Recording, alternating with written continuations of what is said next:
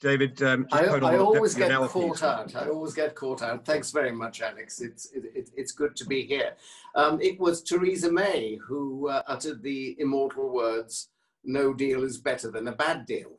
And I think that we sometimes forget that the deal that she was talking about was not the deal we're considering this evening, but the deal that became the withdrawal agreement. In fact, I think that the withdrawal agreement, it was a very bad deal. It wasn't as bad as it might have been because, of course, we managed to excise from it the notorious Irish backstop. But nevertheless, a majority of members of Parliament voted for the current withdrawal agreement and the Northern Ireland Protocol. And members of the audience may wonder why we did that. And the reason why we did that was because the withdrawal agreement contained provisions which provided that the UK and the European Union should use best endeavours and act in good faith to negotiate a future relationship agreement, which would be, according to the political declaration, respectful of United Kingdom sovereignty and the integrity of the internal UK market.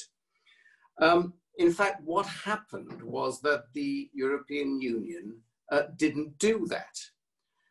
It refused, and it still refuses, as far as I know, to talk about anything apart from its so-called red lines of fisheries, as we've just heard about, and of course, the issue of the level playing field, including the fraught question of state aid. It's a very strange sort of negotiation. I'm sure that a lot of members of the audience have been involved in negotiations themselves and know that what usually happens is that you draw up a set of heads of terms. You deal with the easiest aspects first, and then you deal with the more difficult questions. The EU's approach has been exactly opposite. It's refused to talk about anything other than those issues. Now, it seems to me that in those circumstances, there's a very strong argument for suggesting that the EU itself is in breach of the terms of the withdrawal agreement and the political declaration.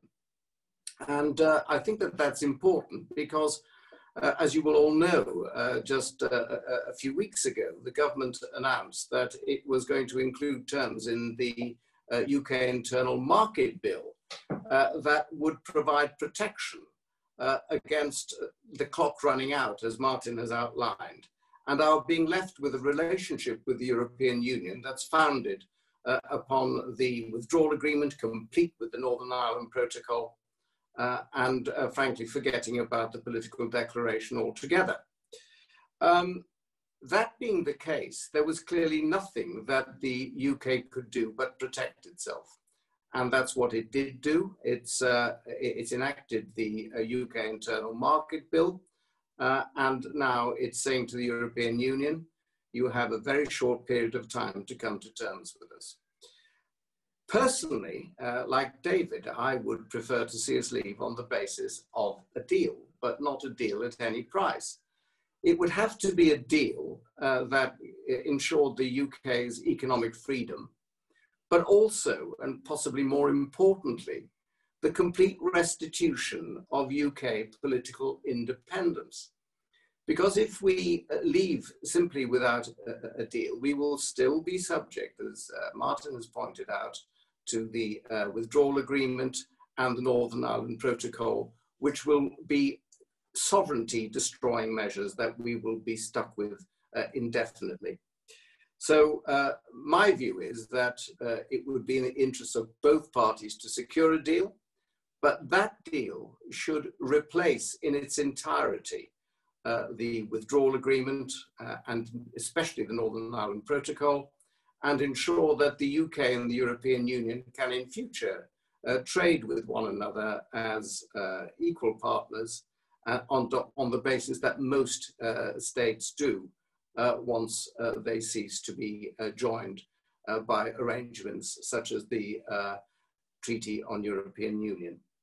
So I very much hope that that is what David Frost and his team are aiming at. I believe that that is what it is.